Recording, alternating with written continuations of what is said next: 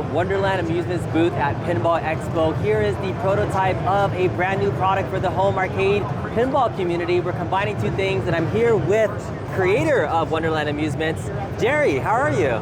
I'm very good. Good, good. Tell me about your background and kind of introduce yourself. Sure. Yeah. So I've been a designer of toy products for almost 35 years. Okay. So I've been in the toy industry. I created the Vortex Football, Nice. just so you know. I have one of those. You have one of those? That's great.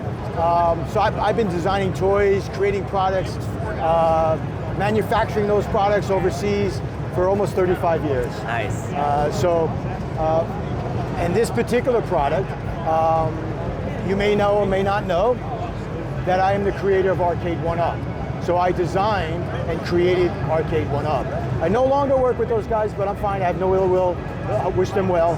But I learned a lot about manufacturing big box items overseas.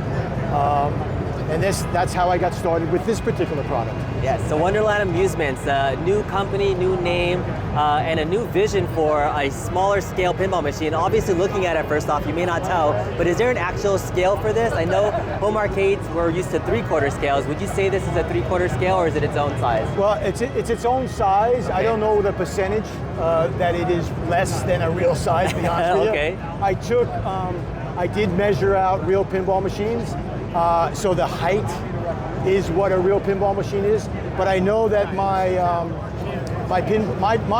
pinball machine is 5 inches not as long as a standard, and it's about 3 inches to 4 inches smaller in the width than a standard pinball machine. Nice, very cool. All right, so again, I think the key thing about this, it's made for more of the, I would say, casual community. The closest comparison that I thought of when I first heard about this product was the Zizzo pinball machines. It was like kind of a physical version that was made for the home. But tell me your vision from that to kind of the Stern pinballs or the modern pins. Like, where's your product going to fall within that range? Well, I'm familiar with that Zizzo product, and I didn't like it very much. I felt it was more of a toy than it was of a pinball machine. So that's really when I was thinking about, when I left Arcade 1-Up, I did think about, you know what, pinball machines. I wonder if we can take the same formula and make a 3/4 scale real pinball machine. So that's my goal right now. Nice. I want to make a 3/4 inch scale.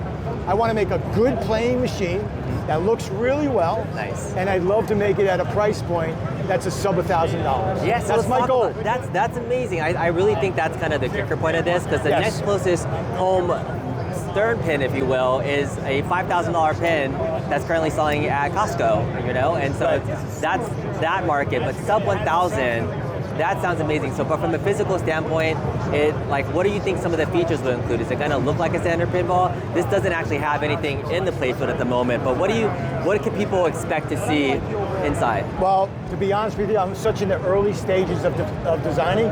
One of the reasons I'm here at the show is to learn, because this is the biggest pinball show there is. So every pinball machine that there is on the floor right now, and I'm kind of learning. I'll be honest with you, I'm not a pinball guy.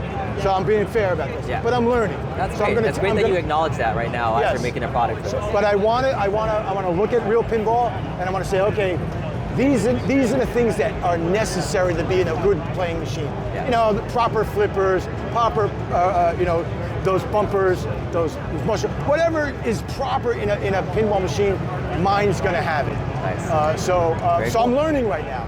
I haven't designed it yet. I really have not designed it. Over the next 8 months, I will be designing it. Well, thanks again, Jerry. Good luck. I'm looking forward to seeing the product. Thank you very much. All right. All right, I'm here with Peter and Andres from Wonderland Amusements. How's it going, guys? Good. How are you? You want to introduce yourself first, Peter? Yep. I'm Peter Gould with Wonderland Amusements. I am. Whoa, that's very close. So close. I just want So to close. I see that.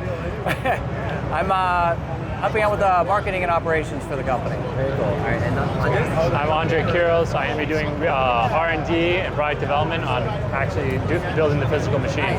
So first look at this machine itself. So I mean, the size of it, I was actually asking Jerry, like, do you guys think there's a scale for this? What would you guys consider this compared to like a full-size? We were saying 3/4 scale, but now that it's getting closer, it might be more like 80-85% scale of a full size. Yeah, I mean, I think if you look at the size of the ball compared to like an original pinball, this is 22 millimeters. A full-size pinball is a 27, I think, 26, right? 27. 26, 27. So I don't know what that scale is. Can't do math that quickly. You probably can. But yeah, so with the pinball itself. But yeah, but that's the ball itself. And I think if you imagine that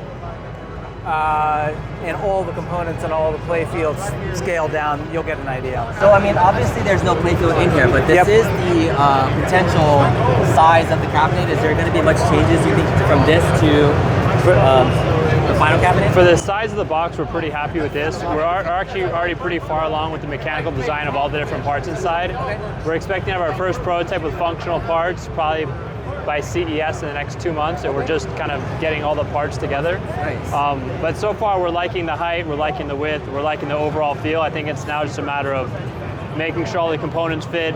We can fit in, you know, the bumpers, the flippers. Yeah. We want to have multi-ball in there. We want to have probably like a seven fan array of different ramps and stuff to go up and down. So what are we looking at? Because there's obviously the playfield design. What is the theme of the pinball machine? I can assume it's definitely a classic Alice in Wonderland, but based off the novel. You're going to see all your usual characters. We'll have a section for Mad Hatter. We'll have a Cheshire Cat.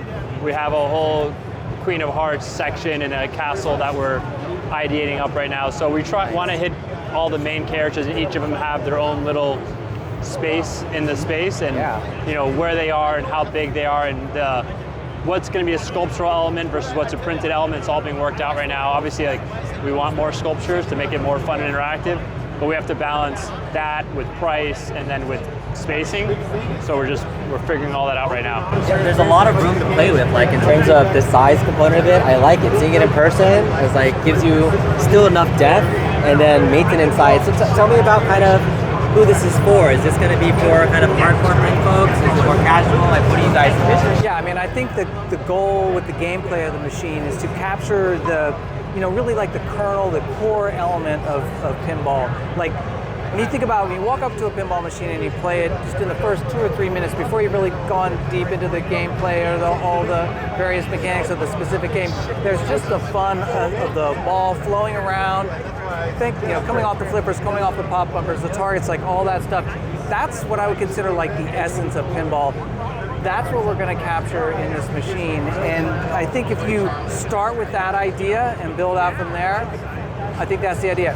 That being said, that makes it kind of a more casual game, right? So it's for somebody who maybe does what I just said, walks up, plays 10, 15, 20 minutes, plays a couple games, and then maybe doesn't play again for, you know, a little while, right? I was standing by the sub 1,000 kind of target price point. Yeah.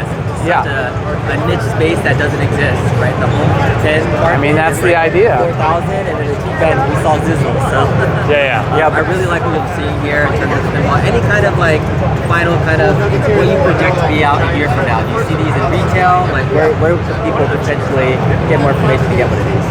So I think right now we're considering a Kickstarter, probably the next Q1?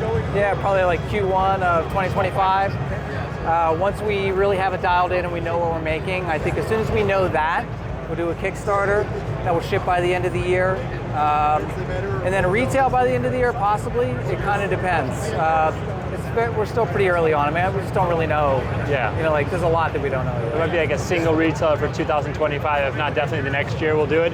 And then the retailers are the same place we sold some of our last products out. It's hopefully Costco, Walmart will be a big one, GameStop if they have room for it.